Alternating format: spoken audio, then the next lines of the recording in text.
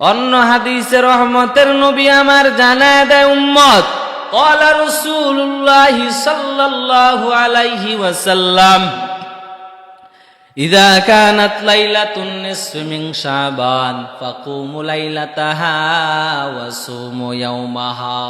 আল্লাহর নবী রহমতের নবী সরকারে দো আলম সাইয়্যিদুস সাকালাইন ইমামুল মুরসালিন নবী আমার বলেন, যখন অর্ধ শাবানের রাত, যখন ওই শবে বরাতের রাত আগমন করেন, ফাকুমু লাইলাতাহা, রাতের বেলা ইবাদত করো। কখন ইবাদত? রাতের বেলা ইবাদত করো। ওয়া সুমু ইয়াওমাহা, দিনের বেলা রোজা রাখো। রাতের বেলা ইবাদত, দিনের বেলা রোজা রাখো। কেন রে বান্দা?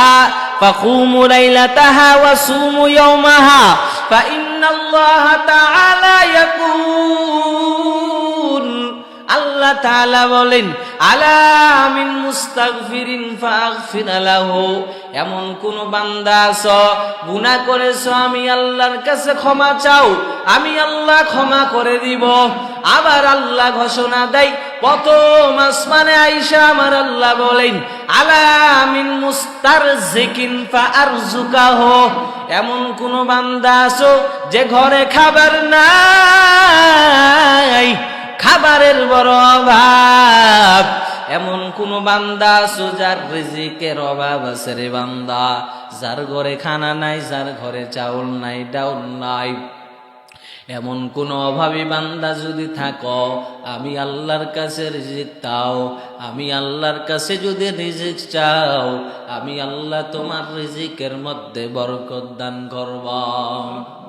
আলা মিন সাইরিন ফাউতিয়াহু, এমন কোন বান্দা আছো, ও বান্দা তুই আজকে অসুস্থ, আমি আল্লাহর কাছে সুস্থতার নিয়ামতে চাও। কত ডাক্তারের কাছে ঘুরলা, সুস্থতা পাও নাই রে বান্দা, আমি আল্লাহর কাছে চাও। তোমার মনের মধ্যে কি পেরেশানি আছে, তোমার মনের মধ্যে কি টেনশন আছে, আমি আল্লাহর কাছে চাও, আমি আল্লাহ তোমার পেরেশানি দূর করব, আমি আল্লাহ তোমার টেনশন দূর করব।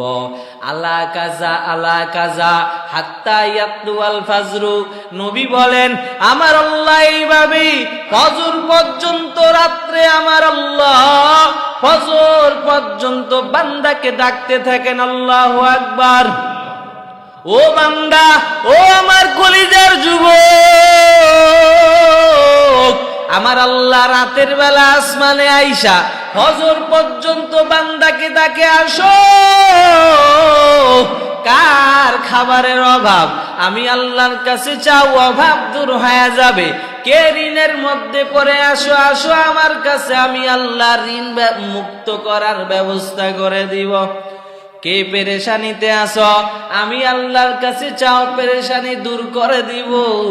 এইভাবে আমার আল্লাহ ফজর পর্যন্ত ডাকতে থাকে রে বান্দা। কিন্তু আমরা বান্দা এতটাই বেহুশ হয়ে গেছি, শবে বরাতের মতো বরকতপূর্ণ রাত, এই রাতের মধ্যে আজ আমরা বান্দা টেলিভিশন দেখাই ব্যস্ত, গল্প গুজবে ব্যস্ত, ঘুমের মধ্যে ব্যস্ত। ও যুবক, কত আর ফাজলামি করবি, কত আর গুনাহ করবি? অন্তত এই ডিসকাউন্টের রাতটা তুমি ধরিয়া নাও, আমল কর, ইমানটারে মজবুত বানাও রে ভাই। কারণ ওই কবর ইমান আর আমল ছাড়া কাউকে চিনবে না রে বাবা। গত